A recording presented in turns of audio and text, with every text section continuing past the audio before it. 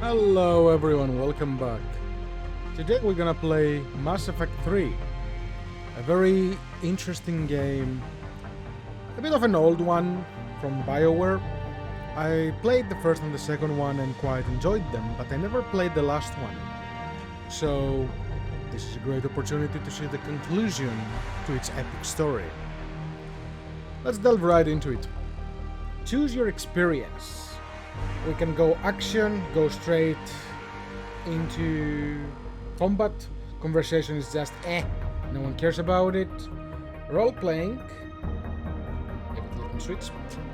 Role playing, the traditional Mass Effect experience. Customize your character and choose dialogue responses. Combat difficulty is adjustable. And story, which is again customizable, but it's more so, combat won't be that hard. Role-playing, I think, is the true experience, so we're gonna go with this one.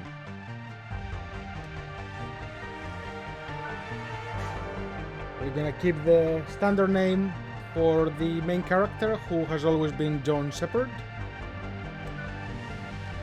And for this playthrough, I will keep his generic look as well. Now, we have to choose what were we? Were we a soldier? Were we an infiltrator, vanguard, sentinel, adept, engineer? All of those have very different abilities, very different skills. Historically, I always played Shepard as a soldier. So, as the game says, soldiers are pure combat specialists. No one is tougher and more suited to taking down enemies with barrages of gunfire. Soldiers have thorough weapons training and can use all special ammo types as well as grenades. High-level operatives are outfitted with ocular synaptic processors that allow them to focus on targets with level accuracy. And here are some of the abilities they have. Normally, Mass Effects allow you to import your data from your previous games, but unfortunately I don't have those saves anymore. So I will go with what I've always done, and I will go with Earthborn. So, you were an orphan raised on the streets of the greatest megatropolises covering Earth. You established the life of petty crime and otherworld gangs by enlisting with the Alliance military when you turned 18. We were a sole survival, a war hero, or ruthless.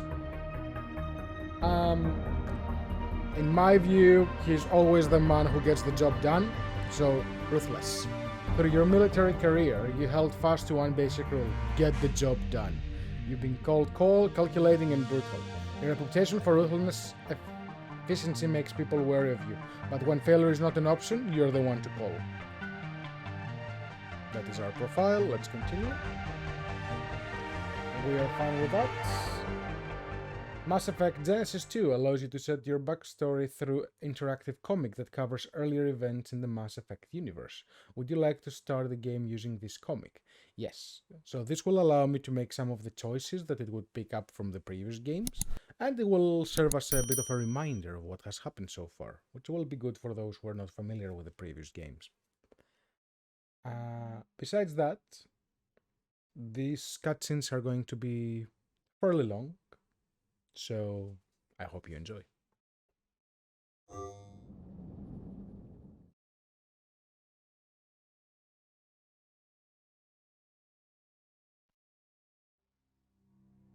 I've already lost count of the days since they relieved me of duty. Strange how years of your life can just vanish in the blink of an eye. And in a flash, you've got nothing but time. Time to reflect on everything that's happened. Hard to believe it's been only a few years since this all began. We were testing out the Normandy, Captain Anderson's new ship, when the distress call came in. An Alliance patrol on Eden Prime had been attacked. They'd seen something they couldn't explain.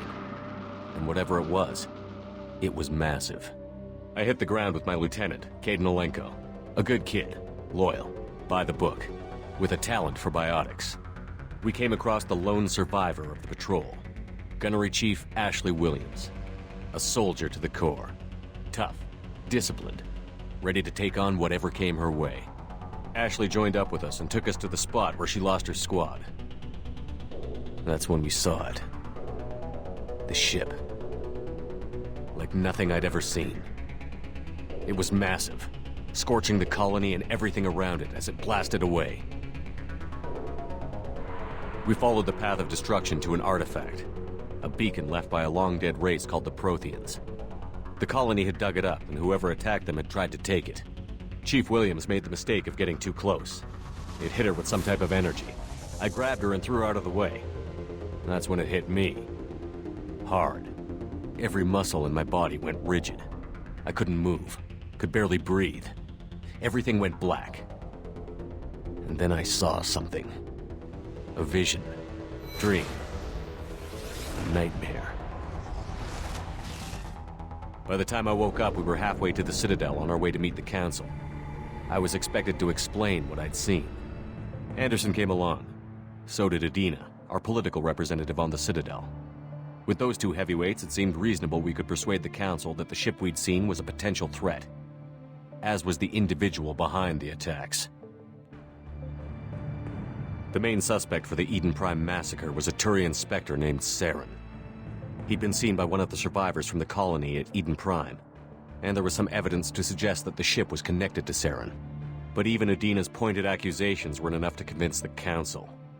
They just couldn't believe one of their chosen elite Spectres could be guilty of something like that. They needed proof, which meant I needed proof. Fortunately, I wasn't alone in my search. Garrus, another Turian, wanted to help. A top agent for Citadel Security. Despite orders from his superiors that he shouldn't get involved, he told me he was suspicious of Saren, and he had some useful leads. More importantly, he was willing to share them. That led me to Rex, the biggest, nastiest-looking Krogan bounty hunter I'd ever seen. He turned out to be more than just a brute. It was his intel that led to a fugitive with incriminating evidence on Saren.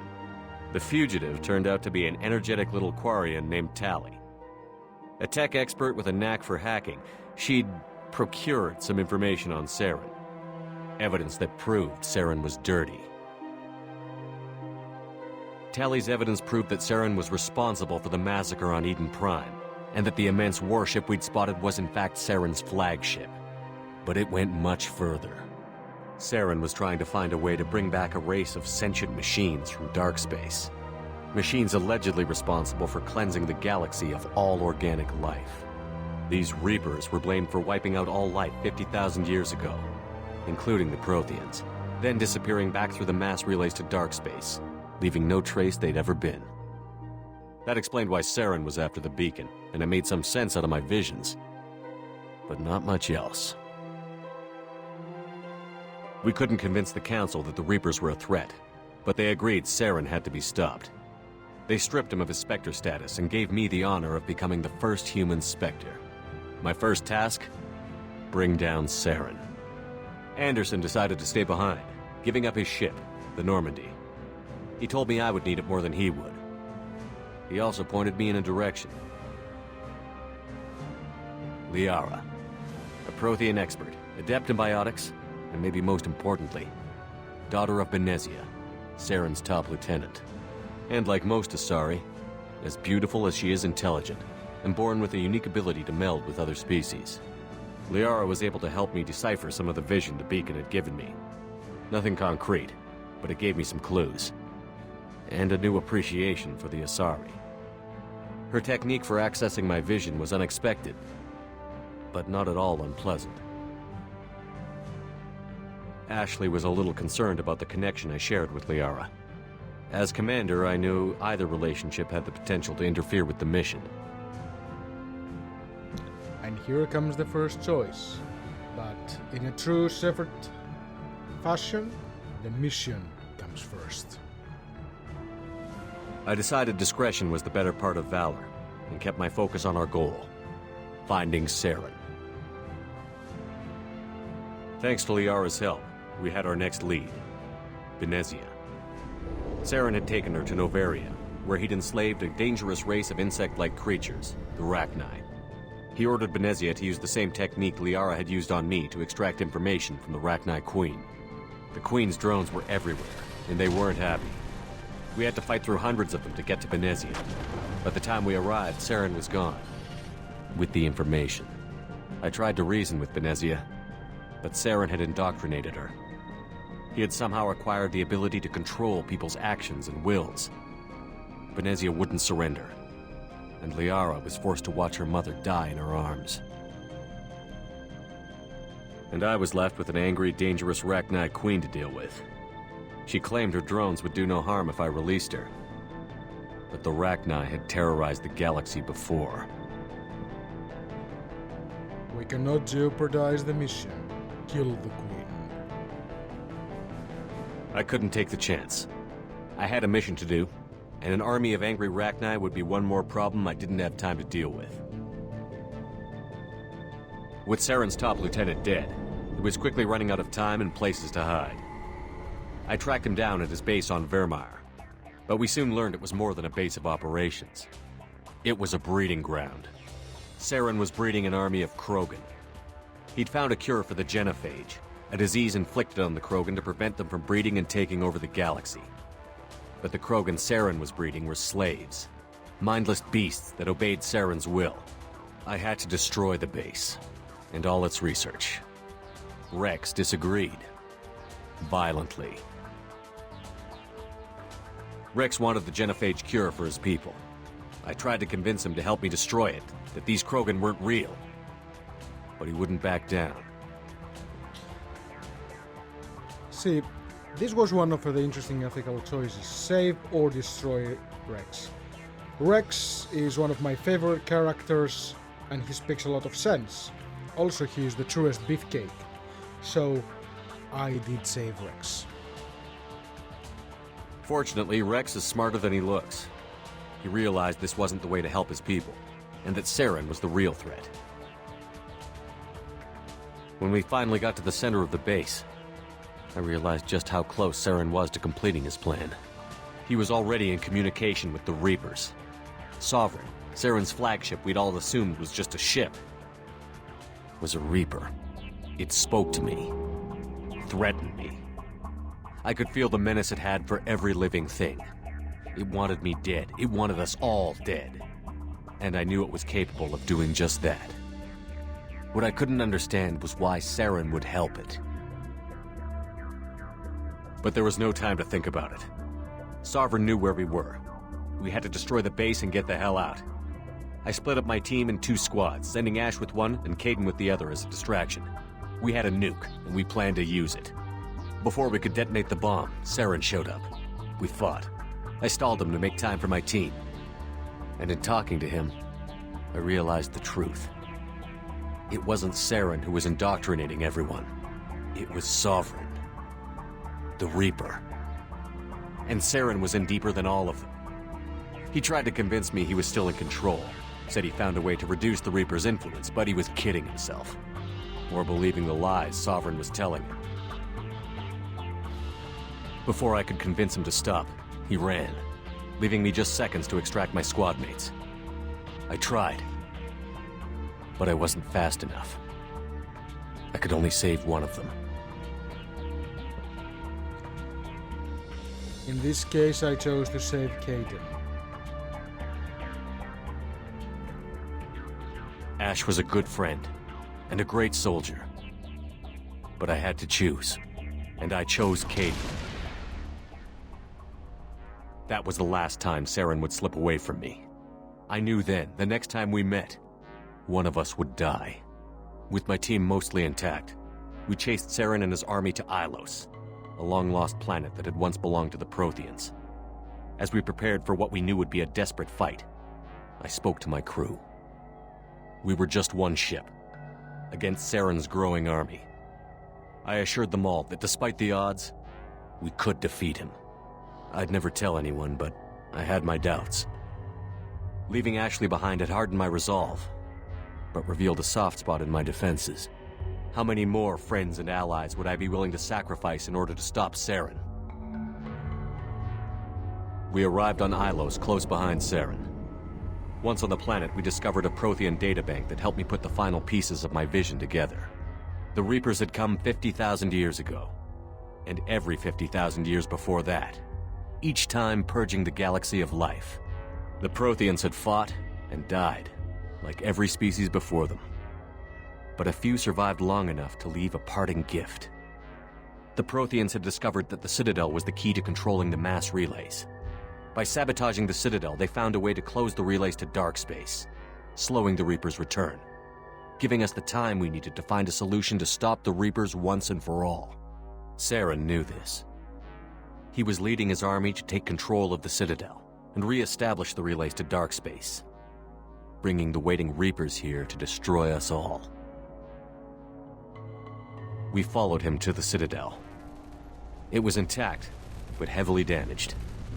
He had caught the Council fleets by surprise, and they were only now regrouping.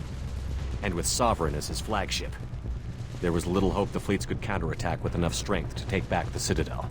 But Saren was done running, and I was done chasing him. As the Alliance and Citadel fleets battled Saren's army outside, I cornered the Turian bastard in the Citadel tower and confronted him.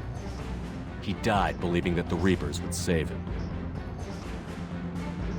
As I fought to regain control of the Citadel, the Council's flagship, the Destiny Ascension, fell under attack.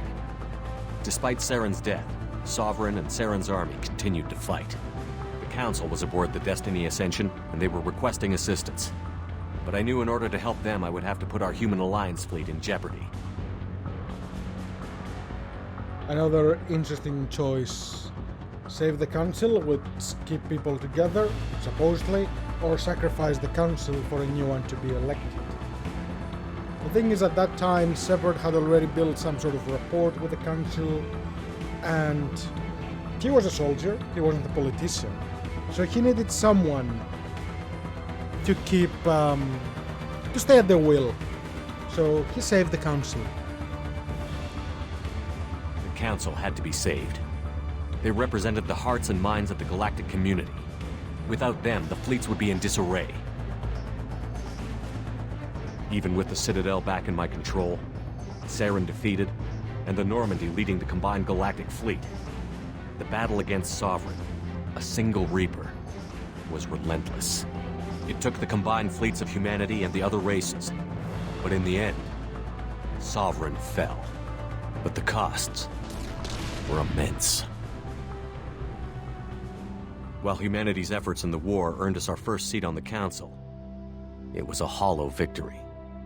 The Reapers were still out there. I knew the fight was far from over, but as the one who'd led the fight against Saren, I was given new responsibilities. The choice of humanity's first counselor was left for me to decide. On the one hand, Udina, the lifetime politician. Ruthless and ambitious, he would easily navigate the political landmines that would soon be put in front of him. The other choice, Captain Anderson, the career soldier. Tough but fair, but a friend, and someone I could trust. Both great leaders in their own right. Yet another interesting choice. Hardcore politician, or someone who knows how the job gets done. And Anderson, being an ex-military guy, happened to be the man for the job. Anderson didn't want the job, which was a sure sign he'd be perfect for it. No ambition to get in the way. The war was over. The threat had passed. In time, the Council would rebuild itself. The Citadel could be repaired. Even the pain of lost friends would fade. But none of that mattered if the Reapers were still out there. And if they were all as powerful as Sovereign, we had to find a way to stop them. I had to find a way. I gathered my crew, took my ship, and went in search of answers. Officially, the Council would only say I was assigned to cleanup duty, rooting out any remnants of Saren's army. But the Geth and Saren were just the beginning. The Reapers had other plans. A few months after the battle for the Citadel, while we were on patrol, we were attacked by an unknown vessel. Before we knew what was happening, we were disabled and forced to abandon ship. The Normandy was destroyed. We lost a lot of good people. I almost didn't make it myself. Technically, I was as close to death as you can get. By the time my body was recovered, there wasn't much left. The pro-human group, Cerberus, acquired what was left of my body and spent the next 2 years rebuilding me.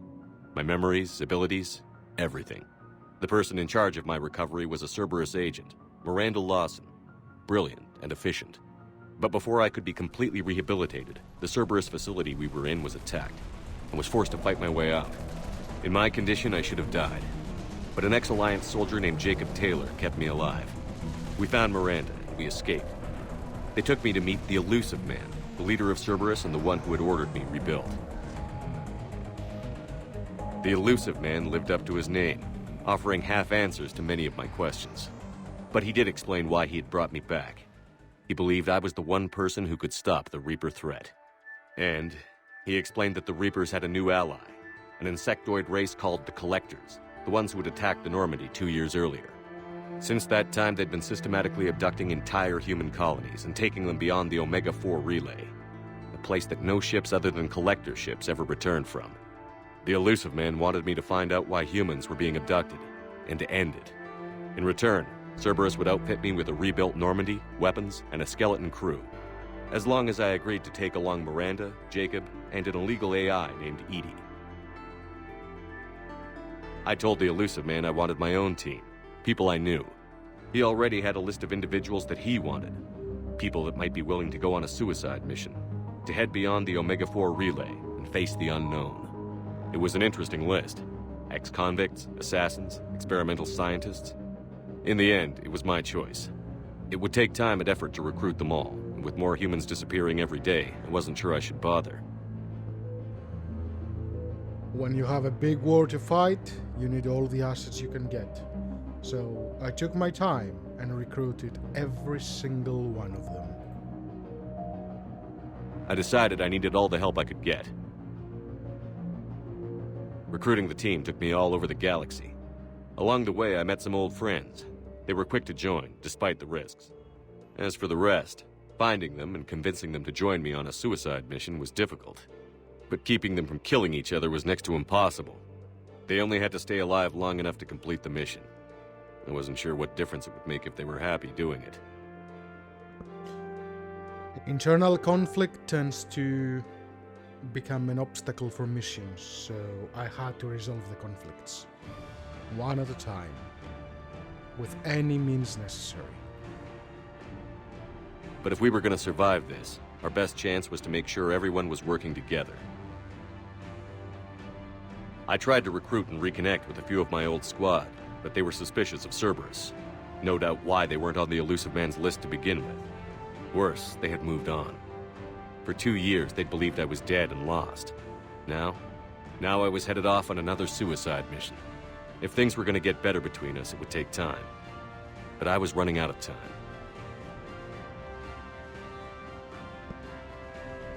Old comrades who stayed with me through everything, I chose to stay true to them. Maybe once the mission was over, we could try to reconnect. With most of the team recruited, we were getting close. We just needed to figure out how to survive the Omega-4 relay. Our best chance came when we discovered a damaged Collector ship. We went in knowing it could be a trap, but we had to try. What we found there was almost unbelievable.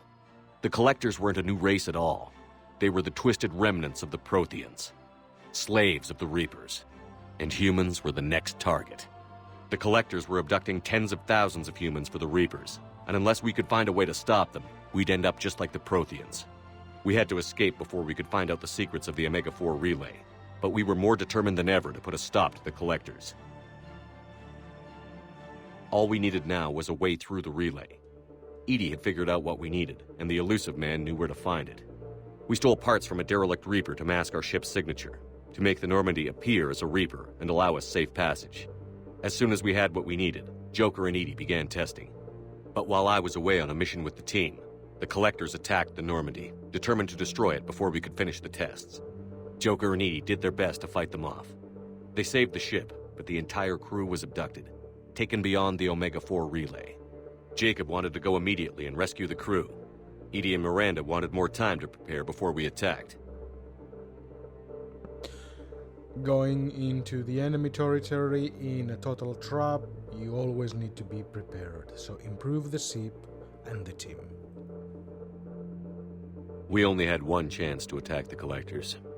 I knew we had to be ready before we went, even if it meant sacrificing the crew. I gathered everyone to go over the plan. We all knew this was likely a one-way ticket. The team was ready, but they were nervous. We knew this could be our last day together. We were scared and looking for reassurance. Some of us found it in each other. And since the previous two games had the ability to romance characters, I actually did end up romancing Tali. So we did something with Tali. Tali came to my room to talk, share her thoughts. We spent the night together, comforting each other. The day of the attack, everything went as planned. At first. The Normandy made it safely through. As we scanned the wreckage of all the ships that had failed before us, we found what we were looking for. The Collector base. And guarding it, the ship that had destroyed the Normandy 2 years ago, and almost ended my life. But this time, we were the attacker. And the Normandy was equipped to deal with it. We took some damage, but destroyed the Collector ship, and made our way to their base. We knew the fighting inside would be brutal. We arrived intact, but the team wasn't strong enough to withstand the assault. Eventually, we made it to the heart of the base. To this day, I can hardly believe what we saw there. The collected humans had been dissolved, transformed and repurposed to create the frame for a new Reaper. A massive human Reaper abomination. We had no choice but to destroy it. The battle caused severe damage to the base, but we needed to destroy it completely. As I prepped explosives to finish the job, we received a message. The Illusive Man. He didn't want us to destroy the base at all. He wanted to preserve it. He wanted to study how the humans were transformed into the abomination we'd seen. To use the technology of the Collectors to help defeat the Reapers. And now we start entering the realms of grey morality. While it can serve the job and make things happen, it also comes at a greater cost. So, and the Illusive Man is always a step ahead. He always knows everything, he always has the right information, the right people at the right place, which is extremely suspicious and can really tip the balance of the world. So, I chose to not trust him and destroy the base. I always suspected the Illusive Man had his own motives, but I couldn't agree with him on this. We had stopped the Collectors. We would find a way to stop the Reapers without sacrificing our morality in the process. We destroyed the base, completely, and escaped back through the Omega-4 relay. The mission was a success, and in the end, the whole team made it out alive. And though the crew was killed before we could rescue them, they didn't die in vain. We stopped the Collectors, and we stopped the Reapers from creating their abomination. And we bought everyone just a little more time. If only there was more time. The Reapers are still coming. Every day a bit closer. I handed every piece of intel on the Collectors and Cerberus over to the Alliance brass. They're not sure what to make of it, but at least they're listening. I just hope they figure out what to do about it soon, before time runs out for all of us.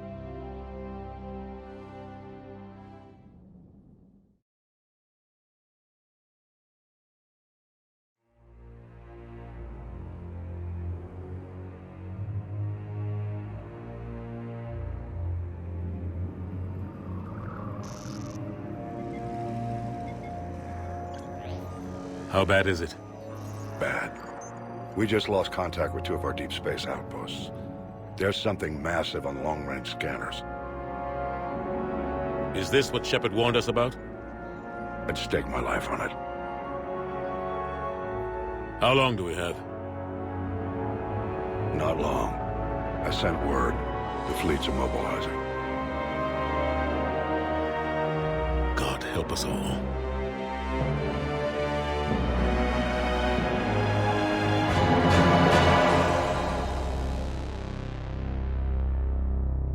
In 2157, humanity discovered it was not alone in the universe.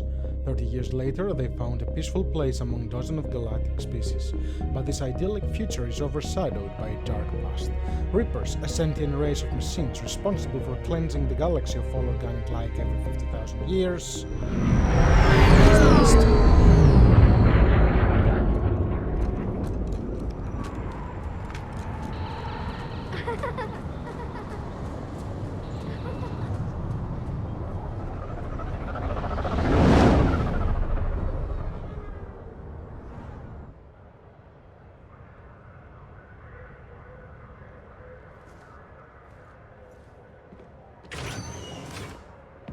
Commander, You're not supposed to call me that anymore, James. not supposed to salute you either. We gotta go. The Defense Committee wants to see you. Sounds important.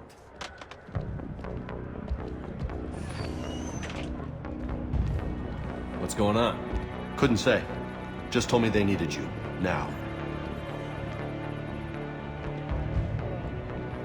Anderson? Admiral? You look good, Shepard. Maybe a little soft around the edges. How you holding up since being relieved from duty? It's not so bad once you get used to the hot food and soft beds. We'll get it sorted out. What's going on? Why is everyone in such a hurry? Admiral Hackett's mobilizing the fleets. I'm guessing word's made it to Alliance Command. Something big's headed our way. The Reapers?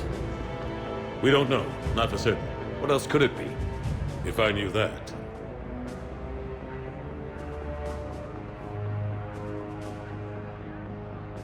It has to be the Reapers. It's always the Reapers. It's the Reapers. And we're not ready for them. Not by a long shot. Tell that to the Defense Committee. Unless we're planning to talk the Reapers to death, the committee is a waste of time. They're just scared. None of them have seen what you've seen. You faced down a Reaper. Hell, you spoke to one, then blew the damn thing up. You've seen how they harvest us, what they plan to do to us. You know more about this enemy than anyone. That why they grounded me? Took away my ship? You know that's not true. The shit you've done, any other soldier would have been tried, court-martialed, and discharged. It's your knowledge of the Reapers that kept that from happening. That and your good word? Yeah, I trust you, Shepard. And so does the committee. I'm just a soldier, Anderson. I'm no politician. I don't need you to be either. I just need you to do whatever the hell it takes to help us stop the Reapers. They're expecting you to, Admiral.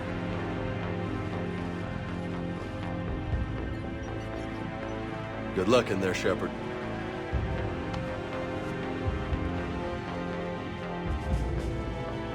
Anderson? Shepard? Kate? How'd it go in there, Major? Okay, I think. Hard to know. I'm just waiting for orders now. Major? You hadn't heard? No, I'm a bit out of the loop these days. Sorry, sir. Didn't mean to keep you out of the loop. Don't worry about it. I'm sure you had your reasons. Yeah, I suppose I did. Still, it's good to see you. Admiral,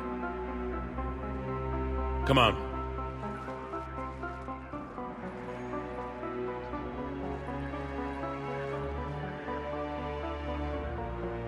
You know the commander?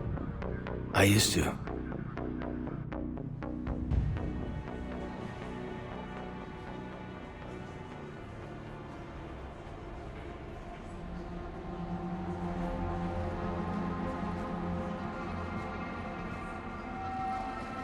Admiral Anderson. Shepard. What's the situation? We were hoping you would tell us. the reports coming in are unlike anything we've seen. Whole colonies have gone dark. We've lost contact with everything beyond the Sol Relay. Whatever this is, it's incomprehensibly powerful. You brought me here to confirm what you already know. The Reapers are here.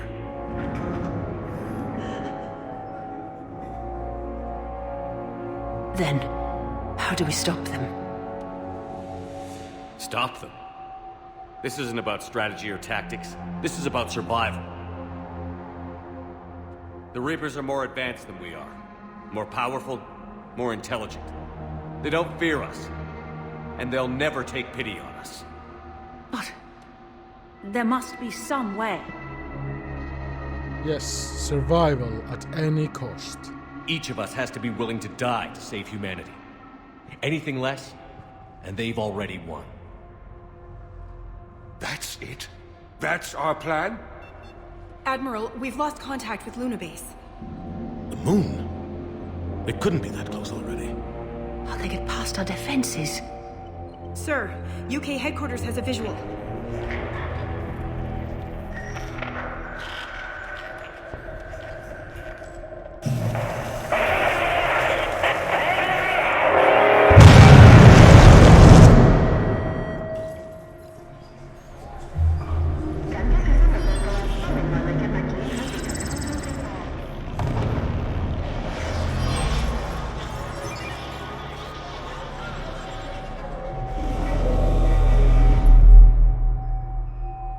Why haven't we heard from Admiral Hackett? What do we do?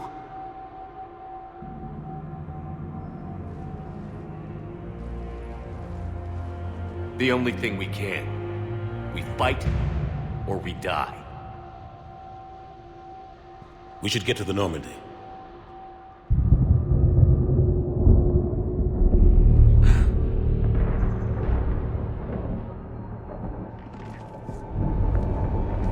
Oh my god.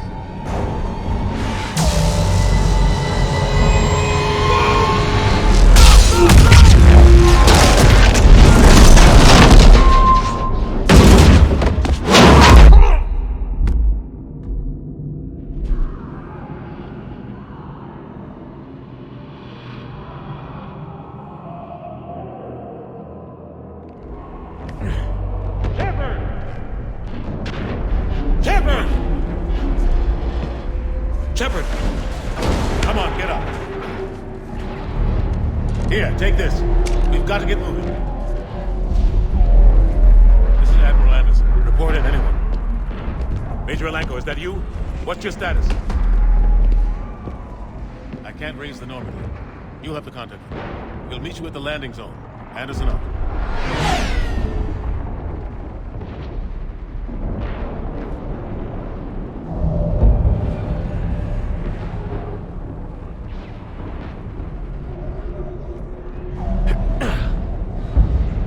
They're massive. Come on. And I think this is the perfect place to finish our first episode. Thanks everyone for watching. Don't forget to drop a like, subscribe, let me know your thoughts about the game. Have you played it before? And I will catch you all on the next episode. Bye bye.